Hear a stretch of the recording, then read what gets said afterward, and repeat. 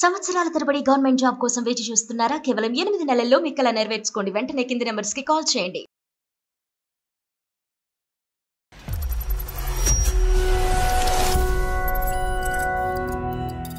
చిన్నప్పటి నుండి పాప అంటే ఇష్టం లేదు సార్, అబ్బాయి కావాలని. మా ఇక్కడ ఉండొద్దు, మనం ఎక్కడికన్నా వెళ్ళి చనిపోదామమ్మా, అసలు నాకు ఇక్కడ ఉండాలనిపించడం లేదు అని అంటుంది మేడం. మీరిద్దరు ఎవరైనా పరువు అవుతుంది. నా ఫ్రెండ్స్ దగ్గర, నీ ఊళ్ళే బంధువుల కాడ, చుట్టాల కాడ నేను ఎక్కడ ఏం చెప్పుకోలేకపోతున్నా. ఈ రోజు మీ ఆడపిల్ల కన్నందుకు మీ పరువు పోయిందని అంటున్నారు కదా, మీ అమ్మ మిమ్మల్ని కన్నందుకు మీ పరువు పోయిందా? చేతులు ఏం లేకుండా కూడా నేను అబ్బాయిని చదివించాను కదా. చిన్నప్పటి రూపాయలుగా ఖర్చు పెట్టి ఇన్వెస్ట్ అబ్బాయికి ఎంతగా అమౌంట్ ఇన్వెస్ట్ చేసా, ప్రైవేట్ స్కూల్లో ఇన్వెస్ట్ చేసి చదివించాను కదా. ఆడపిల్ల మీద ఎందుకు అంత వ్యతిరేకత? నాకు అమ్మాయి అంటే ఇష్టం లేదు కదా. మీరు తలుచుకుంటే ఆమె తలుచుకుంటే అమ్మాయి కావాలంటే అమ్మాయి వచ్చేస్తారా, అబ్బాయి కావాలంటే అబ్బాయి వచ్చేస్తారా? మీరు చదువుకున్నారా? కొంచెం అన్నా మైండ్ ఉందండి మీకు? అంటే ఇప్పుడు ఇంటి పేరు నిలబెట్టేది అబ్బాయి కదా సార్, అమ్మాయి ఇక్కడ నిలబెడుతుంది. అబ్బాయి నిలబెడతాడు, అమ్మాయి పడేస్తుందండి. అమ్మో, మీలాంటి వ్యక్తులు ఇంకా ఉన్నారా సార్ సమాజంలో? ఒకప్పుడు మీకు కొడుకు ఉండి కొడుకు ఫెయిల్ అయ్యి ఉంటే ఏం చెప్పుండేవారు? నా కొడుకు అంటే ఇష్టం కాబట్టి ఫెయిల్ అయినా కూడా జిందారెడ్డి కూడా పట్టించుకోను. ఆడపిల్ల తన క్యారెక్టర్ని ప్రూవ్ చేసుకోవాలి, తన భవిష్యత్తుని కాపాడుకోవాలి. మీరు సమాజంలో తలెత్తుకుని తిరగాలి అంటే ఆడపిల్ల మాత్రం అన్ని ఎగ్జామ్స్ పాస్ అవ్వాలి. ఏం మాట్లాడుతున్నారు సార్?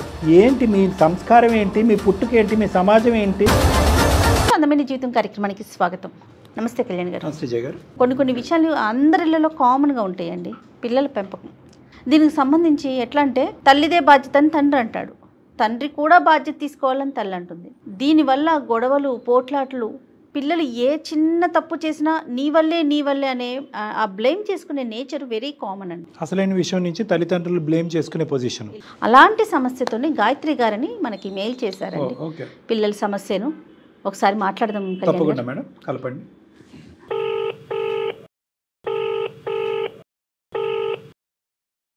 హలో, నమస్తే అండి, గాయత్రి గారా? ఎవరండి? నేను జయానండి, సుమన్ టీవీ అందమైన జీవితం ప్రోగ్రామ్ నుంచి కాల్ చేస్తున్నాను.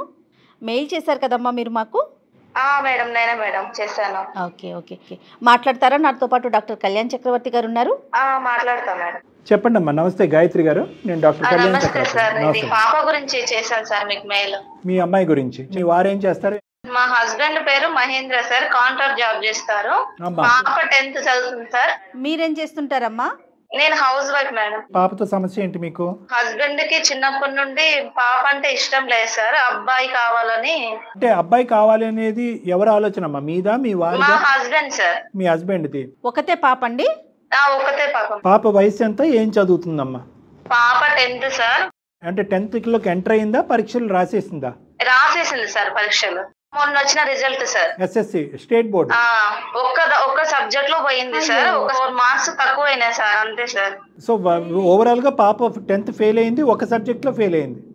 ఒక సబ్జెక్ట్ లోనే మార్క్స్ తక్కువ అయినాయి సార్. సరే, సప్లిమెంటరీ రాయొచ్చు. ఇప్పుడు దాని అప్పటి నుండి తిను నీ వల్లనే అట్లా అయింది, నేను లేని టైంలో చూసి నువ్వు ఫోన్లు ఇవ్వడం, టీవీలు పెట్టడం, అలా నీ వల్ల తయారైందని నా మీద చిరాకు పడడం, నన్ను కొట్టడం, తిట్టడము,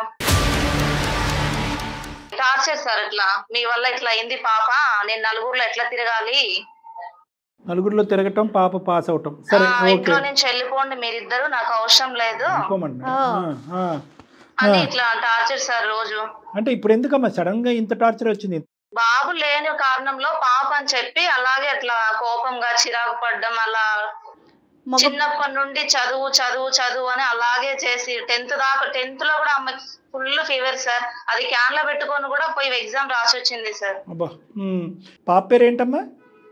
పాప పేరు సహస్ర సార్. సహస్రాన్ని దగ్గర తీసుకుంటారా మహేందర్ గారు? లేదంటే ఆడపిల్ల అని చెప్పి దూరం పెట్టడం, ఆ ప్రేమ ఆప్యాయతలన్నీ మొదటి నుంచి అంటే దూరమే ఉంటది సార్. అంటే ప్రేమ అంటే తక్కువ సార్, అంత ఏమో చదువు సంపాదించిందంతా మీకే పెడుతున్నా, మీకే చూస్తున్నా, ఏం చేస్తున్నారు ఏంది, ఇంట్లో నుంచి వెళ్ళిపోండి అని నన్ను టార్చర్ చేయడం సార్. కదమ్మా, అంత కష్టపడి చదివినటువంటి ఆడపిల్ల ఎందుకమ్మా ఫెయిల్ అయింది? చదువు అని టార్చర్ బాగా ఇబ్బంది పెట్టడం వల్ల పాపకు ఫుల్ ఫీవర్ సార్. ఆ ఫీవర్ లో పోయి అలాగే రాసేసింది, ఒక సబ్జెక్ట్ పోయింది సార్. కాదమ్మా, ఇప్పుడు టార్చర్ అంటే ఏంటమ్మా? సార్ ఒకటి అబ్బాయి లేడు అని అమ్మాయి, నేను నా ఫ్రెండ్స్ ముందర నేను తలెత్తుకొని తిరగలేను, సొసైటీలో నేను తిరగలేవను, అమ్మాయి ఏం చేయగలుగుతుంది, ఏం చేయలేదు. అంటే ఇక్కడ అతనికి ఉన్న బాధ అమ్మాయి ఉన్నది అబ్బాయి లేడనా, లేదంటే అమ్మాయి ఫెయిల్ అయ్యిందనా? అబ్బాయి లేడు అని సార్, తనకి మ్యారీడ్ అయిన కాడి నుంచి అదే కోరిక సార్. అప్పటి నుంచి ఉంది. ఇప్పటికి పాప 15 సంవత్సరాలు అయ్యి పుట్టి పెరిగి 10th స్టాండర్డ్ వరకు వచ్చినా కూడా ఇంకా అతనికి ఆ అబ్బాయి కావాలనే పిచ్చి ఇంకా పోలేదా? లేదు సార్. మరి అలాంటప్పుడు శుభ్రంగా ఇంకో అబ్బాయిని కనొచ్చు కదమ్మా. అబ్బాయినో ఇంకో పాప పుడతాడని చెప్పి మళ్ళీ అప్పుడు తీసేసినాడు సార్. చిక్కుముడి సమస్య. ఓకే, సరే. ఇప్పుడు పాపని పోనీ ప్రేమగా చూసుకుంటాడా, దగ్గర తీసుకుంటాడా? ఇంకా ఇప్పుడు అంటే మా అంత ప్రేమగా ఏముండదు సార్. ఇంకా పద్దాక నన్ను తిడతా, నీ వల్ల ఇట్లా అట్లా ఇట్లా నన్ను తిడతా ఉంటాడు సార్. మీరేం చేశారమ్మా దానికి? సబ్జెక్ట్ పోయేసరికనే నీ వల్ల ఇట్లా అయింది, నువ్వు దగ్గరుండి చదివించలేదు, నేను అటు వెళ్ళంగానే టీవీలు పెట్టడము, ఫోన్లు ఇవ్వడము, నీ వల్ల అలా అయింది పాప అని. కదమ్మా, నువ్వేమన్నా పాపకి ఎక్కువ స్వేచ్ఛ ఇచ్చావా? అంటే కనుక ఫోను టీవీ అనేది ఎక్కువగా ఇచ్చారా పాపని? ఫ్రీడమ్ ఎక్కువ ఏం కాలేదు సార్. ఫస్ట్ చదువుతా, అది చిన్నప్పటి నుండి చదువు మీదనే మేడం మొత్తం. సో ఓన్లీ ఏంటంటే పాపకి వాళ్ళ నాన్న ఏమంటాడో 10th లో ఎలాంటి రిజల్ట్ వస్తుందో అనే భయంతో జ్వరం వచ్చి సెలైన్లు పెట్టుకుని అదే జ్వరంతో వెళ్ళి ఎగ్జామ్ రాయటం వల్ల పూర్తి స్థాయిలో కాన్సన్ట్రేట్ చేయకపోవడం వల్ల ఒక్క సబ్జెక్ట్ ఫెయిల్ అయింది పాప, అంతే కదమ్మా? అవును సార్. రైట్. సో ఆ అమ్మాయి ఇలా ఫెయిల్ అవటానికి కూడా ఇండైరెక్ట్ గా వాళ్ళ నాన్నగారు పెట్టినటువంటి భయము, దాంట్లోంచి వచ్చిన జ్వరం. అవును సార్. అదే. సరే, ఇప్పుడు ఏమంటాడమ్మా అతను? వెళ్ళమంటున్నారు సార్, ఇద్దరు వెళ్ళిపోండి, నాకు అవసరం లేదు. అసలు ఏమన్నా అర్థం ఉందా కళ్యాణ్? నా పరువు పోయింది మొత్తము మీ వల్ల, ఇంట్లో నుంచి వెళ్ళిపోండి అమ్మా అని చెప్తున్నారు సార్. సవతి పిల్లల్ని కూడా ఇంత అసహ్యంగా మాట్లాడరమ్మా. ఇది 10th పాస్ అవటం ఫెయిల్ అవటం కాదమ్మా. ఇదేంటంటే ఎంత వ్యతిరేకత డెవలప్ చేసుకున్నాడు 15 సంవత్సరాల పాటు. ఆ అమ్మాయి ఎంత నరకాన్ని అనుభవించింది. కొట్టక్కర్లేదు, తిట్టక్కర్లేదు, అసహించక్కర్లేదు. ఒక్కసారి 10th స్టాండర్డ్ లో ఆ అమ్మాయి ఒక్క సబ్జెక్టు ఫెయిల్ అయ్యేటప్పటికి అతని లోపల ఉన్న విషయం అంతా కూడా ఒక్కసారిగా ఎలా కక్కాడు చూసారా? ఇది ఇండైరెక్ట్ గా ఇన్ని సంవత్సరాల పాటు నువ్వు చూసింది ఆవగింజంతా. నీకు డబ్బులు ఇచ్చి కార్పొరేట్ స్కూల్లో చదివించాను కాబట్టి నిన్ను నువ్వు నిరూపించుకుంటేనే అప్పుడు నాకు అబ్బాయి లేడు అనేటటువంటి తపన కోరిక నువ్వు తీర్చిన దాని అవుతావు, లేదంటే నువ్వు నా బిడ్డవే కాదు అన్నట్టుగా చూసాడు ఇన్ని రోజుల్లో. అతని ఇంటెన్షన్ ఇంకా అదే అయి ఉండొచ్చు సార్. అవన్నీ చూసి పాప చాలా డిప్రెషన్ లోకి వెళ్ళింది సార్. భయపడుతుంది సార్ బాగా. తెలియనటువంటి వయసులో ఈ వేరో ఒక ఊహ తెలిసిన తర్వాత నా తండ్రి ఎందుకు అంటీ అంటున్నట్టు ముట్టి ముంటున్నట్టు నేను కన్న కూతురు కానట్టుగా ఎందుకు ఇలా దూరం పెట్టి చూస్తున్నాడు అనేది తెలియదమ్మా. 100 మంది ఆడపిల్లల మధ్యన పెరుగుతూ ఉంటారు. అల్లారు ముద్దుగా తల్లిదండ్రులు ఎత్తుకుంటూ స్కూల్కి పేరెంట్ టీచర్ మీటింగ్లకు వస్తూ ఉంటారు. ఎంతో చక్కటి వాతావరణం ఆస్వాదించవలసినటువంటి అమ్మాయి ఈరోజు మీ భర్త యొక్క నేరో మైండెడ్నెస్ వల్ల ఏం అనిపించుంటుంది? కాదు డాక్టర్ గారు, ఇప్పుడు అతనికి మార్కులు తక్కువ వచ్చినాయి అని కాదు, ఆడపిల్ల అనేదే సమస్య, అంతేనంటారా? ఆడపిల్ల అనేటటువంటి ప్రైమరీ సమస్య. అది ఎలా కక్కాలో తెలియక ఈరోజు 10th స్టాండర్డ్ లో సబ్జెక్ట్ ఫెయిల్ అయింది. ఆ ఫెయిల్ అవడానికి కూడా అతనే ఇండైరెక్ట్ కారణం. అతను పెట్టినటువంటి భయం వల్ల ఫేవర్ వచ్చి సెలైన్ ఎక్కించుకుని వెళ్ళి పిల్ల ఎగ్జామ్ లో కాన్సన్ట్రేట్ చేయకపోవడం వల్ల ఏర్పడినటువంటి పరిణామం. పోనీ పాప ఇంకా మిగతా ఇతర స్నేహాలు గానీ వేరే రకం గానీ అట్లా ఏమన్నా ఉన్నాయమ్మా? లేస్తే బుక్ పట్టుకొనే ఉంటది సార్. ఫ్రెండ్స్ గిన్స్ ఎవరితో మాట్లాడడం గానీ, ఎవరు బయటకు వెళ్ళడం గానీ, ఏమన్నా తెచ్చుకుందాం తిన్నామని కానీ ఆలోచన ఉండదు సార్. మిగతా ఎంతసేపటికి వాళ్ళ నాన్న భయం నాన్న ఎక్కడ కొడతాడు, నాన్న ఎట్లా చదవకపోతే. అమ్మ, ఈ అంశాలను పక్కన పెడితే ఇంట్లో అంతా బానే ఉంటాడమ్మా, మిమ్మల్ని చూసుకోవటం గానీ, ఖర్చులు అవి ఇవ్వటం కానీ, డబ్బులు అవన్నీ తెస్తారు మేడం. ఇంట్లోకి ఏం కావాలి అన్ని తీసుకొస్తారు, అన్ని పెడతారు. ఒక్కటి మేడం, పాప విషయంలోనే ఏమన్నా కొనియటం గానీ, పాపకి ఏమన్నా బట్టలు గానీ అలాంటివి కొనియటానికి డబ్బులు ఇవ్వటం గానీ. డబ్బులు అంటే నాకు ఇస్తారా, నేను తీసుకొస్తాను మేడం. తనంతా తను ఏం తీసుకురారు. పాపని సరిగ్గా అంటే మాట్లాడడం గానీ, దగ్గరికి ప్రేమగా చూసుకోవడం గానీ, ఎఫెక్షన్ అండ్ కేర్ అనేది లేదు. ఈ తల్లి కూతురు ఇంట్లోంచి వెళ్ళిపోండి అనే ఆ మాట కూడా సహస్ర విందా అమ్మా? అది వినడం వల్లనే తనకి ఇట్లా బాగా డిప్రెషన్ లోకి వెళ్ళిపోయింది సార్. ఒక పక్క భయం సార్ అమ్మాయికి. అసలు ఇదే వాతావరణం ఉంటే సప్లిమెంటరీలో కూడా ఈ అమ్మాయి సక్సెస్ అవ్వదు. అంతే కదా, మరి ఆ భయం వెంటాడుతుంది కదా. మెదటికి గన్ను పెట్టి నీకు మార్కులు వస్తేనే నిన్ను కూతురు కింద స్వీకరిస్తాను, లేదంటే నువ్వు మీరిద్దరు ఇంట్లోంచి వెళ్ళిపోండి అని ఎప్పుడు మారుతుందమ్మా? ఈ సమాజంలో ఉండేటటువంటి ఈ నేరో మైండెడ్నెస్, ఈ అనాలోచితమైనటువంటి మాటలు. భయపడితే పరీక్షలు రాస్తారా? భయపడితే కనుక తెలివితేటలు పెరుగుతాయా? 10th పాస్ అవటం అనేటటువంటిది ఇంపార్టెంటే. 10th అనేటటువంటిది ఒక టర్నింగ్ పాయింటే కాదనట్లేదు. కానీ ఇది ఉంటేనే జీవితం, ఇది లేకపోతే చావోరేవో తేల్చుకోండి, ఇది లేకపోతే పెట్టిబేడ సర్దుకుని ఇంట్లోంచి వెళ్ళిపోండి. అబ్బాయిలు అయితే కనుక 10th బాగా రాసి ఉండేవారంటే వాస్తవానికి అమ్మాయిలదే మొన్న 10th పై చేయి నాకు తెలిసినంత వరకు. మరి ఇప్పుడు ఏదో రిజల్ట్ వచ్చిన రోజు కొట్టడం తిట్టడం సరే, అదే కంటిన్యూ చేస్తున్నారా అదే మూడ్ని ఆయన? అదే అవుతుంది మేడం. అంటే ఇప్పటి వరకు ప్యాసివ్ నరకం, ఇప్పుడు యాక్టివ్ నరకం. ఆ విధంగా ఏంటంటే ప్రేమ ఉండదు, ఆప్యాయత ఉండదు, ఏమీ ఉండదు, ఏదైనా కావాలంటే కొనివ్వటం వరకే. ఇప్పుడు ఏంటంటే డైరెక్ట్ అటాక్. పాప కండిషన్ అస్సలు బాగాలేదు సార్. వద్దమ్మా ఇక్కడ ఉండొద్దు, మనం ఎక్కడికన్నా వెళ్ళి చనిపోదామమ్మా, అస్సలు నాకు ఇక్కడ ఉండాలనిపించడం లేదు అని అంటుంది మేడం. మహేంద్ర గారితో ఒకసారి ఫోన్ కలపండి అమ్మా, అతను అందుబాటులో ఉంటే కనుక మనం ఒకసారి మాట్లాడి అసలు అతని సైకాలజీ ఏంటో స్టడీ చేద్దాం. Okay sir. ఓకే. దయచేసి లైన్ లో వేచి ఉండండి. आपका कॉल होल्ड पर है. హలో హలో, ఎక్కడున్నారు? మీ కూతురు చేసిన గణకార్యానికి ఇక్కడ ఉంటుంది. ఎందుకండి అలా మాట్లాడతారు? మీరిద్దరు ఎవరైనా పరువు అవుతుంది. నా ఫ్రెండ్స్ దగ్గర, నీ ఊళ్ళో బంధువుల కాడ, చుట్టాల కాడ నేను ఎక్కడ ఏం చెప్పుకోలేకపోతున్నా. నీ భయం వల్లనే కదండి పాప ఫెయిల్ అయింది. నువ్వు ఫస్ట్ నుంచి ప్రేమగా చూసుకుంటే పాప భయం అనేది పోయేది కదండి. కానీ మొబైల్ అవసరం లేకుండా కూడా నువ్వు మొబైల్ కావాలంటే నేను మొబైల్ 15,000 పెట్టి మొబైల్ కొనిచ్చిన. అప్పుడు 9th మొబైల్ కూడా ఇవ్వలేదండి తనకి. మీరు పోయిన కాడ నుంచి స్టార్ట్ బుక్ నుంచి అసలు తినమన్నా కూడా టయానికి తినదండి. సొసైటీలో నా వాల్యూ లేకుండా నీకేం చెప్పాలి? దేనికి లేదండి, నాకు అమ్మాయి అంటే ఇష్టం లేదు కదా. చేతులు ఏం లేకుండా కూడా నేను అబ్బాయిని చదివించాను కదా. చిన్నప్పటి రూపాయలుగా ఖర్చు పెట్టి ఇన్వెస్ట్ అబ్బాయికి ఎంతగా అమౌంట్ ఇన్వెస్ట్ చేసా, ప్రైవేట్ స్కూల్లో ఇన్వెస్ట్ చేసి చదివించాను కదా. మహేంద్ర గారు నమస్తే అండి. మీరెవరు సార్? నా పేరు డాక్టర్ కళ్యాణ్ చక్రవర్తి అండి. నాతో పాటు హోస్ట్ ఇక్కడ జయ గారు కూడా ఉన్నారు. మేము సుమన్ టీవీ అందమైన జీవితం అనే ఒక కార్యక్రమం నుంచి మాట్లాడుతున్నాం. ఈరోజు మీ భార్య ప్రాణభిక్ష పెట్టండి నాకు నా బిడ్డకి అని చెప్పి మా వేదికని ఆశ్రయించారు. ఆడపిల్ల మీద ఎందుకు అంత వ్యతిరేకత?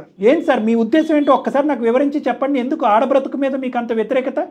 అబ్బాయి కాలం ఉంటుంది సార్. ఈమె కాబట్టి నాకు అమ్మాయి పుట్టింది. ఆయన కూడా మీరు తలుచుకుంటే ఆమె తలుచుకుంటే అమ్మాయి కావాలంటే అమ్మాయి వచ్చేస్తారా, అబ్బాయి కావాలంటే అబ్బాయి వచ్చేస్తారా? మీరు చదువుకున్నారా? కొంచెం అన్నా మైండ్ ఉందండి మీకు? ఏం మాట్లాడుతున్నారు? అంటే ఇప్పుడు ఇంటి పేరు నిలబెట్టేది అబ్బాయి కదా సార్. అమ్మాయి ఇక్కడ నిలబెడుతుంది. ఇంటిని నిలబెట్టేది అబ్బాయి. పేరు ఇంటి పేరు నిలబెట్టేది అబ్బాయి. అబ్బాయి నిలబెడతాడు, అమ్మాయి పడేస్తుందండి. అవును సార్. ఇప్పుడు పెళ్ళైందంటే అమ్మాయి వెళ్ళిపోతుంది కదా. అప్పుడు అబ్బాయి అంటున్నా నేను ముసలివాడిని కూడా ఏదైనా కూడా నన్ను పట్టుకొని చూసుకుంటాను. ఏమండి అబ్బాయిలు కోడళ్ళు అందరూ కూడా ఒంగో పెట్టి తంతున్నారు ఈ మధ్యన. ఆ కథలు కూడా మా దగ్గరకు వస్తూ ఉన్నాయి. ఇప్పుడు అబ్బాయి పుట్టాడు ఏమండి, అయినా కానీ ఇది నాకు తెలియక అడుగుతానండి. అమ్మాయా అబ్బాయా అనేటటువంటిది తీసి పక్కన పెట్టండి. మీరు కన్న బిడ్డలే కదండి. కొద్దిగైనా ఒక ప్రేమ ఆప్యాయత ఉంటుందండి. ఒక షర్టు ఒక ఫ్రాకు కొనిచ్చేస్తే కనుక తండ్రిగా మీ పాత్ర అయిపోతుందండి. ఇదే విధంగా మీ తల్లిదండ్రులు మిమ్మల్ని పెంచారా అండి? ఏమండి మీరు మీ ఆడపిల్లకి ఇచ్చేటటువంటి గౌరవం అదే గౌరవం మీ తల్లిగారు కూడా ఇస్తారా? ఈరోజు మీ ఆడపిల్ల కన్నందుకు మీ పరువు పోయిందని అంటున్నారు కదా. మీ అమ్మ మిమ్మల్ని కన్నందుకు మీ పరువు పోయిందా? 10th ఫెయిల్ అయినందుకు మీరు ఈరోజు అసహించుకుని ఇంట్లోంచి పొమ్మంటున్నారా, లేదంటే ఇద్దరు ఆడవాళ్ళని పొమ్మంటున్నారా? దేని గురించి? ఒకప్పుడు మీకు కొడుకు ఉండి కొడుకు ఫెయిల్ అయి ఉంటే ఏం చెప్పుండేవారు? నా కొడుకు సరే ఏమనలేము. నా కొడుకు అంటే ఇష్టం కాబట్టి ఫెయిల్ అయినా కూడా జిల్లా కాబట్టి పట్టించుకోండి. ఏం మాట్లాడుతున్నారు సార్? ఏంటి మీ సంస్కారం ఏంటి? మీ పుట్టుకేంటి? మీ సమాజం ఏంటి? ఏం సార్ ఇది? కొడుకు ఫెయిల్ అయినా పర్వాలేదు, ఆడ అబ్బాయి అయితే చాలు, వాడు దొంగతనాలు చేసినా పర్లేదు, వీధుల వెంట తిరిగినా పర్లేదు. ఆడపిల్ల తన క్యారెక్టర్ని ప్రూవ్ చేసుకోవాలి, తన భవిష్యత్తుని కాపాడుకోవాలి, మీరు సమాజంలో తలెత్తుకుని తిరగాలి అంటే ఆడపిల్ల మాత్రం అన్ని ఎగ్జామ్స్ పాస్ అవ్వాలి. అమ్మో, మీలాంటి వ్యక్తులు ఇంకా ఉన్నారా సార్ సమాజంలో? కానీ ఈరోజు మీ అమ్మాయి ఇంట్లోంచి బయటకు వెళ్ళిపోతుంది నేను చచ్చిపోదామని చెప్పి. ఓకేనా అది మీకు? అదొక్కటి చెప్పండి, మేము ఫోన్ పెట్టేసి మీ ఇంటికి వస్తాం. సార్ ఆడపిల్లలు అంటే ప్రతి స్టెప్పులో ప్రతి రంగంలో ముందుకున్నాను సార్. నా కూతురు ఇప్పుడు అలాంటి 10th ఫెయిల్ అయింది. తను పాస్ అయితేనే నా కూతురు నేను ఆహ్వానిస్తా, లేదంటే నా కూతురు అని పట్టించుకోండి సార్. కర్మరా బాబు కర్మ. సో మీరేంటంటే ఇప్పుడు వరకు మీరు లోపల విషయం దాచిపెట్టుకున్నారు, ఇప్పుడు ఆ విషయాన్ని బయటకు చిమ్ముతున్నారు అంతే. మహేంద్ర గారు ఒక్కటి, ఇదే మీ ఆఖరి అవకాశం.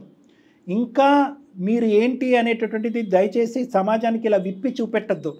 మీరు సంస్కారం పోగొట్టుకుంటారు, మీ కుటుంబానికి ఉండేటటువంటి విలువ పోతుంది. ఎలాంటి వ్యక్తితో ఈరోజు అందమైన జీవితం మాట్లాడుతుంది, ఇలాంటి సమాజంలో మనం ఉన్నావా చీ తూ అని చెప్పి మనలాంటి మగజాతిని అసహించుకునేటటువంటి పరిస్థితిని, మనలాంటి తల్లిని కాదు తండ్రులను అసహించుకునేటటువంటి పరిస్థితిని ఈ వేదిక ద్వారా దయచేసి క్రియేట్ చేయదు. ఇది నా విన్నపం. ప్లీజ్ చేతులు ఎత్తి జోడించి దండం పెట్టి మిమ్మల్ని అడుక్కుంటున్నాను. ఒక్కసారి ఆలోచించుకోండి. నేను ఆడపిల్ల మగపిల్ల అనేటటువంటిది కాదు, మీ కడుపును పుట్టినటువంటి ఒక జీవికి మీరు ఇచ్చేటటువంటి మర్యాద ఇదేనా? మీ తల్లితో కూడా నేను మిమ్మల్ని పోల్చి మాట్లాడాను. మీ తల్లిని ఇలాగే ట్రీట్ చేస్తారా? మీ అక్క చెల్లిని ఇలాగే ట్రీట్ చేస్తారా? మీ ఇంట్లో ఉండేటటువంటి ఆడవాళ్ళు పుట్టినటువంటి వాళ్ళని ఇలాగే ట్రీట్ చేస్తారా అని నేను మిమ్మల్ని అడుగుతున్నా. దానికి మీ నోటి వెంట సమాధానం రాలేదు. ఒక్క 2 నిమిషాలు ఆలోచించుకుని ఇప్పటి వరకు మీరు ఎటువంటి పాపపు ఆలోచనని మీరు పెంచి పోషిస్తున్నారన్నది ఒక్కసారి ఆలోచించుకోండి.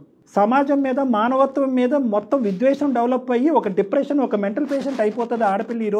ఈ రోజు అంటే మనం కాపాడగలమేమో, రేపొద్దున అమ్మాయి ఏ నుయ్యో గొయ్యో చూసుకోదు అనే దానికి నమ్మకం ఏంటి? ఇప్పుడు ఏం చేయాలో అర్థం కావడం లేదు సార్. ఈ కన్ఫ్యూజన్లోంచి క్లారిటీ ఇంతకు ముందే నువ్వు తెప్పించుంటే బాగుండేది కదా. భరించాము ఎందుకమ్మా భరిస్తారు ఈరోజు పిల్లల జీవితాన్ని త్యాగం చేయడం గురించి? మీరిద్దరూ బాగానే ఉన్నారమ్మా. నిజం చెప్పాలంటే డాక్టర్ గారు చెప్పినట్లుగా పిల్ల భవిష్యత్తు ఏంటి, తన జీవితం మీద తనకే విరక్తి కలిగే స్టేజ్కి తీసుకొచ్చేసారు కదా. డే 1 నువ్వు ఏంటి, నీ మనస్తత్వం ఏంటి, నువ్వు ఇట్లా ఎందుకు చేస్తున్నావని 4 పెద్దోళ్ళని పిలిచి మాట్లాడటము, లేదంటే ఇలాంటి డాక్టర్ గారి దగ్గరికి రావటం. ఏంటమ్మా వినరు? ఏంటమ్మా మహేందర్ ఉన్నారా లైన్లో? ఉన్నాడు సార్. మీకు ఇంకా కన్ఫ్యూజన్గా ఉంది, ఇంకా క్లారిటీ లేదు. నేను ఇమోషనల్గా చెప్పాను, లాజికల్గా చెప్పాను, సైకలాజికల్గా చెప్పాను, అన్ని విధాలుగా చెప్పినా కూడా ఆ లాస్ట్లో మీరు చెప్పినటువంటి డైలాగ్ ఏంటంటే నాకు క్లారిటీ లేదు, కన్ఫ్యూజన్గా ఉందని చెప్పి. ఇంతకంటే అరటిపండు తక్కువ వలిచినట్టుగా ఎవరండి చెప్పేది? ఇది ఒకటే మాట. మీకు బహుశా అవగాహన లోపమా, ఆలోచన లోపమా, లేదంటే మీ చిన్నప్పటి నుంచి ఆడవాళ్ళ గురించి మీకు ఇలా డ్రిల్ చేసి పెట్టారా? ఆడది కంటే కనుక నువ్వు ఫెయిలియర్ రా, మగవాడు కంటేనే నువ్వు మగాడురా అని ఎవరన్నా చెప్పారా అనేది నాకు ఇప్పటికి కూడా అర్థం కావట్లేదు. ఇప్పటికి కూడా నా క్లినిక్ తలుపులు తెరిచే ఉన్నాయి. మీరు ఎప్పుడంటే అప్పుడు రండి, మేము అపాయింట్మెంట్ ఇస్తాను. దయచేసి నేను మిమ్మల్ని రిక్వెస్ట్ చేసుకునేది ఏంటంటే, నేను ఇచ్చేటటువంటి అపాయింట్మెంట్లు మాత్రం మిస్ కొట్టకండి. ఎందుకంటే ఇది భవిష్యత్తు, మీ ఆడపిల్ల భవిష్యత్తుకు సంబంధించినటువంటి ఒక ముఖ్యమైనటువంటి అంశం. మీ ఆడపిల్ల రేపు సూసైడ్ చేసుకుంటుంది అన్నా కూడా మీలో ఆ కదలిక రాలేదు అంటే కనుక ఎంత చీకట్లో మీరు బతుకుతున్నారని నాకు అర్థమవుతుంది. అపాయింట్మెంట్ ఇస్తాము, మీరు శ్రీమతి గారు ఇద్దరు వస్తారా? మీరు కాదు, అతను చెప్పాలమ్మా. మహేంద్ర గారు చెప్పాలి. మీరు టైం తీసుకొని కాదండి, టైం పెట్టుకొని ఖచ్చితంగా మీరు వచ్చి కలవాల్సిందే. వస్తారా? రైట్. ఎందుకంటే సహస్ర భవిష్యత్తు దృష్ట్యా మీరు రావాలి. తర్వాత అపాయింట్మెంట్లో పాపను కూడా తీసుకురావాలి. పాపతో కూడా నేను క్లినిక్లో ఒకసారి మాట్లాడతాను. ఎందుకంటే ఈ మొత్తం ఘటనల వల్ల ఈ 15 సంవత్సరాల పాటు అమ్మాయి పెరిగినటువంటి వాతావరణంలో ఆ అమ్మాయి మానసిక పరిస్థితి ఏంటి అనేది కూడా మనం సెట్ చేయవలసిన అవసరం ఉంది. గాయత్రి గారు సరేనమ్మా, ఒకసారి మీ హస్బెండ్ని తీసుకొని డాక్టర్ గారిని కలుద్దాం. ఓకేనా? రైట్ అమ్మా, రైట్. ఓకే అమ్మా. ఎలాంటి మనుషులు ఉన్నారు డాక్టర్ గారు ఇంకా కూడాను. అతను ఏం ఆలోచిస్తున్నారు, అతని మైండ్ సెట్ ఏంటో కూడా అర్థం కావట్లేదు నాకైతే. ఇలా కూడా ఉన్నారా ఈ రోజుల్లో? Blind folded madam. ఎందుకంటే ఇవి ఒక విడ్డూరమైనటువంటి అంటే నాగరికానికి దగ్గరగా లేనటువంటి ఒక పిచ్చి సాంప్రదాయం, ఒక పిచ్చి ఆలోచన శైలి. అంతే కదా. సో ఇలాంటి వాళ్ళు రేర్గా ఉంటారు. పిల్లల్ని పెంచేటటువంటి విధానంలో ఆడ మగ అనేటటువంటి భేదాభిప్రాయాలు దయచేసి ఏ కోణాన్ని కూడా చూపెట్టద్దు. ఇది మనం ప్రధానంగా చెప్పే మెసేజ్. 100% నెంబర్ 1. నెంబర్ 2 ఏంటంటే విద్యాభ్యాసం అనేటటువంటిది ఒక కళ. అందరికీ ఆటోమేటిక్గా అర్హత వచ్చేస్తుంది. దాన్ని బట్టి వాళ్ళకి ఇచ్చేటటువంటి ప్రేమ ఆప్యాయతలను నిర్ణయిద్దాం అనేటటువంటి ఆలోచన దయచేసి విరమించుకోండి. ఎగ్జామ్ అనేటటువంటిది ఒక గేమ్. దానికి పరువుకి ప్రతిష్టకి ఎటువంటి సంబంధం లేదు. మీ లోపల ఉండేటటువంటి మీ ఆశలు కోరికలు సింపుల్గా పిల్లల యొక్క సైకాలజీ తెలుసుకోకుండా, వాళ్ళ తెలివితేటలు ఏ స్థాయిలో ఉన్నాయన్నది అర్థం చేసుకోకుండా ఊరికనే వాళ్ళ మీద రుద్దేద్దాము, ఇదే మన పరువుకి ప్రతిష్టకి సాంప్రదాయానికి ఒక నిదర్శనం అనేటటువంటి విధంగా దయచేసి ఆ పాతకాలపు ఆలోచన తీసేయండి. రైట్ డాక్టర్ గారు, నమస్తే. నమస్తే.